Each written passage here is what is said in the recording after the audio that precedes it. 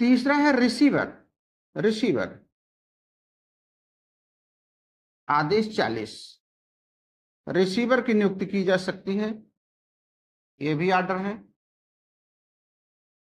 अर्थात अनुपूरक supplementary proceeding में मुकदमे के दौरान न्यायालय निर्णय से पूर्व संपत्ति अटैच कर सकता है, अरेस्ट करवा सकता है पूरी पार्टी को, स्टे ऑर्डर दे सकता है, रिसीवर नियुक्त कर सकता है, कुर्क की गई संपत्ति की देखभाल करने के लिए एक रिसीवर की नियुक्ति कर देगा ताकि निर्णय तक संपत्ति को सुरक्षित रखा जा सके।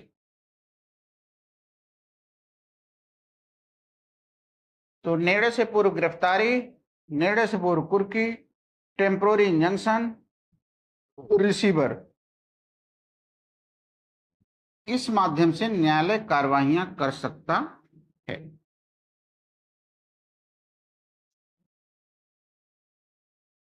जितने भी कोर्ट में मामले दायर होते हैं वादपत्र के माध्यम से दायर होते हैं, लेकिन कुछ ऐसे भी मुकदमे हैं जो सामान्य मुकदमों से अलग होते हैं, उनको हम लोग विशेष सूट कहते हैं, स्पेशल सूट।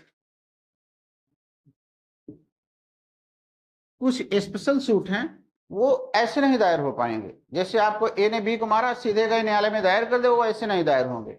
कुछ स्पेशल सूट हैं सीपीसी में, जैसे सरकार के विरुद्ध, सरकार के विरुद्ध वाद या सरकार द्वारा वाद, ये मुकदमे जब दायर होंगे ऐसे नहीं दायर होंगे। जैसे गांव की प्रॉपर्टी है, आपके खेत पर कोई कब्जा कर लिया है, तो सरकार की जिम्मेदारी है, आपको हम लगान देते हैं, उसकी सुरक्षा करिए। अब मुकदमा जब लाएंगे तो उत्तर प्रदेश पार्टी बनाएंगे, गांव सभा पार्टी बनाएंगे। इसके बाद यहां पर आदेश आएगा,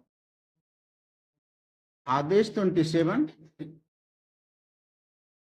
और सेक्शन 79 से 82, ये धारा, ये कुछ अलग तरीके के मुकदमे होते हैं। जैसे निर्धन व्यक्ति का वाद, निर्धन व्यक्ति द्वारा वाद,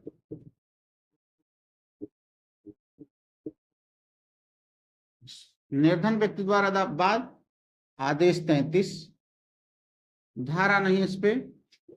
अंतराभिवाची वाद, इंटरप्लीडर सूट, अंतराभिवाची वाद, इंटरप्लीडर सूट,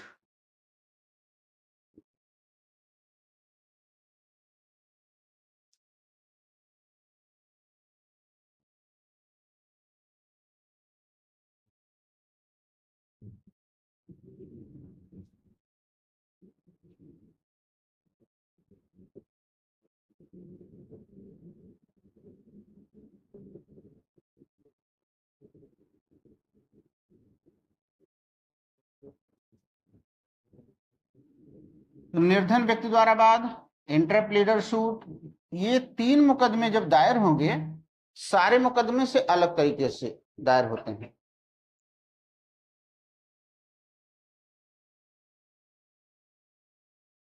स्पेशल सूट उसे कहते हैं जो सूट दायर करने से पहले कुछ स्पेशल कार्रवाइयां पूरी करनी पड़ती हैं, उसके बाद ही ये सूट न्यायालय में दायर हो सकते हैं। ये धारा 88, 35, इसके साथ धारा नहीं है। ये तीन सूट परीक्षाओं में बराबर आते हैं, तीनों, सरकार के विरुद्ध वाद, निर्धन व्यक्ति का वाद, इंटरप्लीडर सूट, इसको आपको तैयार करना है। आपके सारे क्वेश्चन जहां देख रहे हैं, इन्हीं क्षेत्रों के सारे क्वेश्चन परीक्षाओं में आते हैं। Special suit, supplemental proceeding, appeal, वाद पत्र इत्यादि। जब मुकदमे न्यायालय में दायर हो जाते हैं, जब आप मुकदमा न्यायालय में दायर करेंगे तो दूसरी पार्टी को सूचना देनी पड़ेगी सरकार को, न्यायालय को। तो वह सूचना सम्मन के माध्यम से देते हैं। सम्मन अर्थात आदेश 5, इस सम्मन के माध्यम से सूचना दी जाती है। सम्मन द्वारा पक्षकार को बुलाया जाता है। आदेश 16। अगर गवाह को बुलाना है तो 16 में सम्मन, पक्षकार को बुलाना है तो 5 में सम्मन। ये दो प्रकार के सम्मन हैं यहाँ पे दिए गए हैं। आदेश 5 में भी सम्मन है, आदेश 16 में है, गवाहों के लिए है, ये पार्टीज के लिए है। यहाँ पे एक और सम्मन की बात की गई है, वो है धारा 30 में और 32 में। ये पार्टी के सम्मन है, लेकिन ये स्पेशल सम्मन है। तो यहाँ 3 जगह सम्मन की बात की गई, आदेश 5 में, आदेश 16 में, धारा 30 और 32 में सम्मन की बात की गई है। तो सम्मन के माध्यम से पार्टी को कोर्ट के अंदर बुलाया जा सकता है।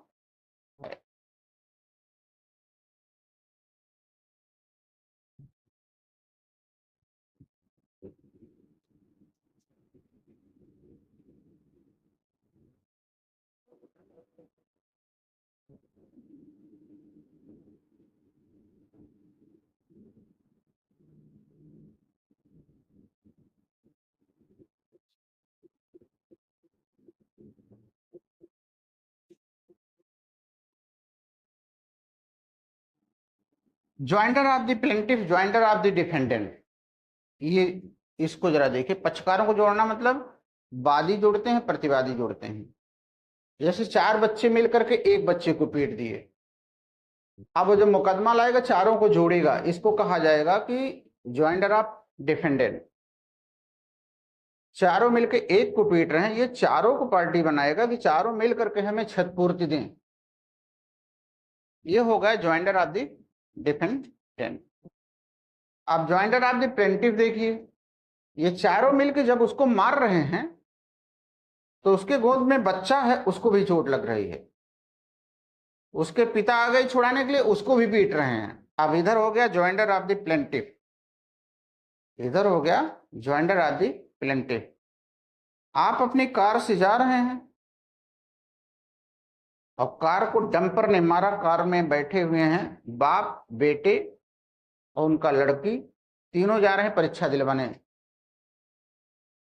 अब तीनों पार्टी बनेंगे और डंपर वाला मालिक और डंपर ड्राइवर और डंपर का LIC, उधर तीनों वो पार्टी बनेंगे। अर्थात पक्षकारों को कैसे जोड़ा जाता है, इसके लिए CPC में नियम है। CPC आदेश 1। वादी कैसे जोड़ेंगे, वादी जोड़ना। आदेश 3 प्रतिवादी जोड़ना, प्रतिवादी जोड़ना। वकालत की सबसे बड़ी कुंजी यहीं से है। वादी कैसे जुड़ेंगे, प्रतिवादी कैसे जुड़ेंगे।